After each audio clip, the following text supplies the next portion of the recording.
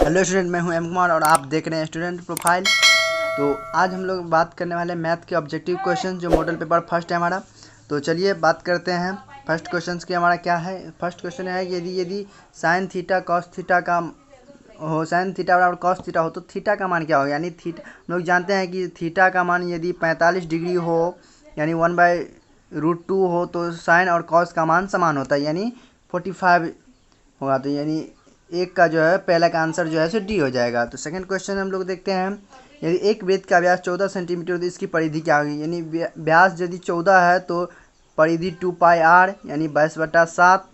R G के जगह पर जो है सो 7 हो जाएगा, कैंसिल 22×44 यानी डी करेक्ट आंसर है, 44 सेंटीमीटर होगा। तो थर्ड क्वेश्चन है, बिंदु -5 7 और -1 3 के बीच की दूरी क्या है। तो इसमें जो है दूरी से कोऑर्डिनेट ज्योमेट्री लगा है, तो इसका फॉर्मूला हम लोग को बता कि x1 - x2 का whole square plus y1 - y2 का होल स्क्वायर होता है। तो यहाँ पर देखिए कि x1 - x2 यानी -5 -1 यानी प्लस, तो 4 का स्क्वायर प्लस 7 - 3 यानी 4 का स्क्वायर यानी 4 × 16 दूना 32। 32 का 2 का पावर 5 हो जाएगा यानी 4 गुना √2 यानी 4√2। ऑप्शन जो सी सही है। अगला क्वेश्चन, ये क्वेश्चन जो है गलत है क्योंकि ये टाइपिंग में जो है सो मिस हो गया। तो चलिए इस क्वेश्चन को छोड़ देते हैं, अगले क्वेश्चन की ओर बढ़ते हैं कि बिंदु 2 3 के मूल बिंदु के से दूरी क्या होगी। लोग अभी पिछले यही तीसरा नंबर क्वेश्चन में सॉल्व किए हैं कि मूल बिंदु का नियामक जो है सो 0 0 होता है, इसलिए यहाँ से आप लोग निकाल लीजिए। तो 2 का स्क्वायर 4 और 9 का 3 का स्क्वायर 9 यानी 9 4 13 यानी ऑप्शन सी सही आंसर है। तो 6 नंबर क्वेश्चन है कि यदि निम्नलिखित में से किसका दशमलव प्रसार शांत होगा। तो हम लोग बात किए हुए थे कि किसका परिमेय संख्या वाले चैप्टर में नंबर सिस्टम में तो किसका दशमलव प्रसार शांत होगा। तो जब बट्टा में यानी 2 और 5 का गुणज हो तो यही दशमलव प्रसार, इसका जो है सो 8 जो है सो इसमें रूल को फॉलो कर रहा है यानी ए इज करेक्ट आंसर है। इसके बाकी जो है इसमें 2 और 5 के अलावा और भी कुछ अंग आता है, इसीलिए ये इसका दशमलव प्रसार शांत नहीं होगा। तो नेक्स्ट क्वेश्चन है कि बिंदुओं -2 और 3 4 1 को मिलाने में रेखाखंड का मध्य बिंदु का नियामक होता है x1 + x2/2 और y1 + y2 बाई 2 यानी -1 और -2 और 4 का जब जोड़ेंगे तो 2 2 और बाई 2 यानी 1 और 3 1 4 4/2 यानी 2। ऑप्शन ए जो है सो करेक्ट आंसर है। अगला क्वेश्चन है कि यदि एक लंबित बेलन जिसकी त्रिज्या r तथा ऊंचाई h का वक्रपृष्ठीय क्षेत्रफल क्या होगा। वक्रपृष्ठ का क्षेत्रफल जो कह रहा है पूछ रहा है यहाँ पे, तो वक्रपृष्ठ का क्षेत्रफल जो है सो 2πrh हो जाएगा, 2πrh। 8 नंबर क्वेश्चन का जो है सो बी आंसर हो जाएगा। 9 नंबर क्वेश्चन कह रहा है हमारा कि सेक 60 डिग्री का मान क्या होगा। सेक 60 डिग्री का मान जो है सो √2 होता है। अगला क्वेश्चन है सार्वंतर डी हो सकता है। सार्वंतर डी क्या हो सकता है, यानी b² - 4ac का मान क्या हो सकता है। तो आप लोग को मैं बता दूं कि इसका मान कुछ भी हो सकता है, धनात्मक ऋणात्मक या फिर शून्य भी हो सकता है, इसलिए ऑप्शन डी जो करेक्ट आंसर है इसका।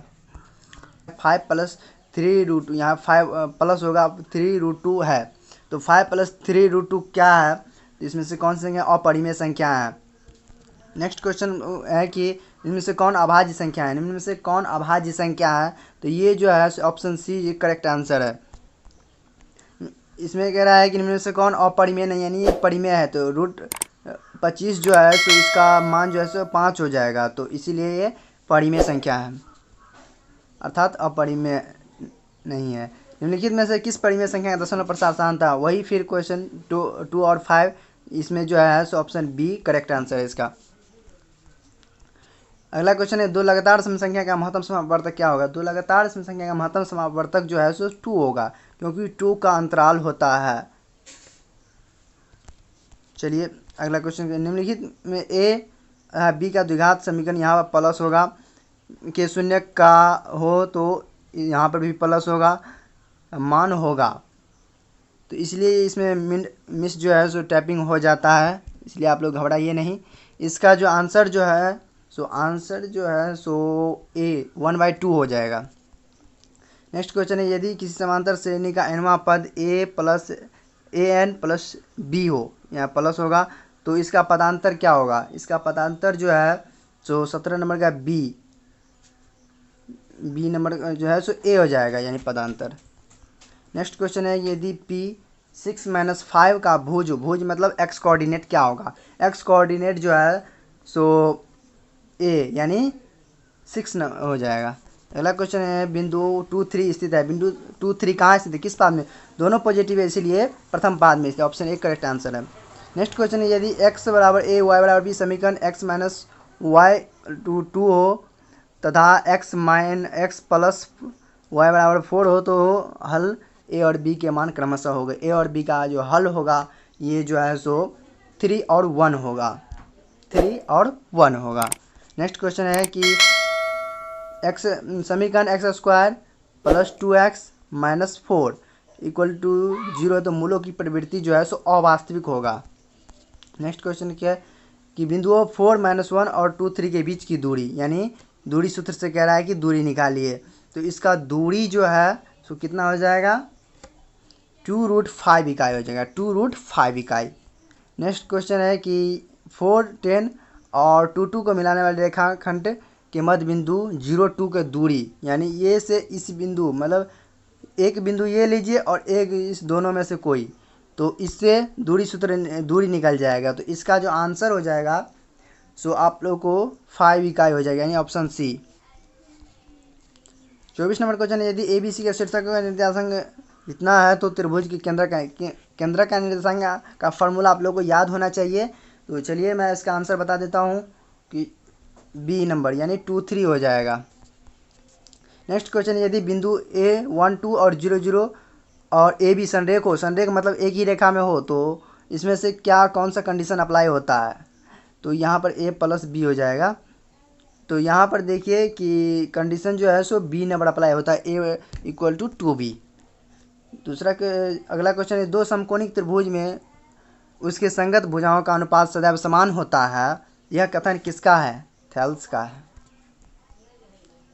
यदि किसी त्रिभुज का दो भुजाओं के वर्गों का योग तीसरे भुजा के वर्ग के बराबर हो, तो तीसरा भुजा का सम्मुख कोण क्या होगा? ये जो है सो देखिए, कर्ण स्क्वायर बराबर क्या होता है? कर्ण स्क्वायर बराबर होता है लंब स्क्वायर प्लस आधार स्क्वायर, यानी दो भुजाओं का योग और तीसरे भुजा का योग के बराबर हो तो कर्ण के सम्मुख भुजा यानी 90 डिग्री, क्योंकि ये समकोण त्रिभुज में ही अप्लाई होता है। तो 28 नंबर क्वेश्चन हमारा कह रहा है कि ABC त्रिभुज ABC minus DEF BC 3 centimetre EF 4 centimetre, यदि ABC का क्षेत्रफल जो है 54 सेंटीमीटर स्क्वायर, तो DEF का क्षेत्रफल क्या होगा? DEF का क्षेत्रफल जो है तुम्हारा जो है सो 96 सेंटीमीटर होगा, 96 सेंटीमीटर। नेक्स्ट क्वेश्चन है कि वृत्त के अंदर एक दिए हुए बिंदु से वृत्त पर कितनी स्पर्श रेखाएं खींची जा सकती है? वृत्त के कोई अंदर जो है उससे कितनी स्पर्श रेखा खींची जाए? वृत्त पर स्पर्श रेखा ये होता है, तो इसके बिंदु जो है सो वृत्त के अंदर है, तो इसीलिए इस पर 0 स्पर्श रेखा है, कोई भी स्पर्श रेखा वृत्त के अंदर से नहीं खींची जा सकती है। कन्फ्यूजन वाला क्वेश्चन है, आप लोग याद रखेंगे। देखिए यहाँ पे यदि त्रिभुज ABC था DEF में AB by DE equal to BC by EF हो, तो त्रिभुज के समरूप होंगे जब कोण B और